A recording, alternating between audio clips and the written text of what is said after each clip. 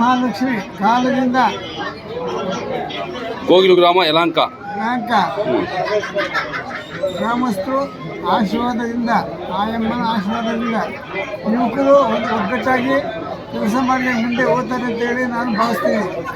ಮೊನ್ನೆ ಒಗ್ಗಟ್ಟಾಗಿ ಹೆಚ್ಚಿಕಮಾಗಿತ್ತು, ಒಗ್ಗಟ್ಟಾಗಿ ಒಂದೇ ಗಾಡಿ ಬಂದವ್ರೆ. ಅದೇ ಥರ ಮುಂದೆ ಹೋಗ್ಬೇಕು. ಆಯಮ್ಮ ಜಾತ್ರೆ ಮಾಡಿಕೊಂಡು 3 ವರ್ಷ ಸಾರಿ ಎಲ್ಲರೂ ಒಗ್ಗಟ್ಟಾಗಿ ಹೋಗ್ಬೇಕು. ಅದು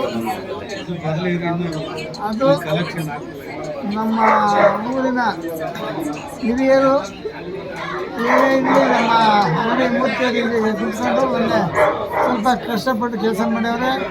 ಅವರಿಂದ ಇದ್ದವರು ಚೆನ್ನಾಗಿ ಕೆಲಸ ಮಾಡ್ಯವ್ರೆ. ಭಗವಂತ ಎಲ್ಲರೂ ಪೂಜೆ ಆಶೀರ್ವಾದದಿಂದ ಒಳ್ಳೆ ಮಾಡಲಿ ಅವ್ರಿಗೆ. ವೇಣುಗೋಪಾಲ ಸ್ವಾಮಿ ಆಶೀರ್ವಾದ ಇಲ್ಲಿವರೆಗೆ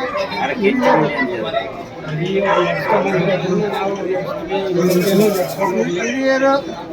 ಈಗ ನಾವು ನಮ್ಮ ಮಾಜಿ ಚೇರ್ಮನ್ರು ನಾರಾಜಪ್ಪನವರು 60 ವರ್ಷದ ಕಾಲ ಒಬ್ಬರು ಬರ್ದ ಹೋಗಲಿ, ಅವ್ರು ಕೊಡಲಿ ಹೋಗಲಿ ಸಂಸ್ಥೆ ಇಲ್ದಿರ ಕೆಲಸ ಮಾಡ್ಕೊಂಡು ಬಂದು ಇಲ್ಲಿ ತಥಾಸಿದ್ವಿ. ಅಪ್ಪನ ಅದೃಷ್ಟ ಇಲ್ಲ, ಹೋಗ್ಬಿಟ್ರು.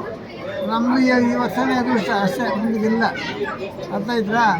ಭಗವಂತ ಹುಡುಗರಿಗೆಲ್ಲ ಬಾಲ್ಯಕ್ಕೆಲ್ಲ ಒಳ್ಳೆ ಬುದ್ಧಿ ಕೊಡಲಿ, ಚೆನ್ನಾಗಿ ಮುಂದುವರಿಲಿ. ಇವರು ಊರಿನ ಗ್ರಾಮಸ್ಥರು, ನಮ್ಮ ಹಿರಿಯರು, ನಮ್ಮ ಇಲ್ಲಿ ಗೋವಿಂದಯ್ಯನವರು, ಇನ್ನು ಇಲ್ಲಿ ಕೆಲವರೇ ಅವರೆಲ್ಲ ನಿಂತು ಕೆಲಸ ಮಾಡ್ತಾರೆ.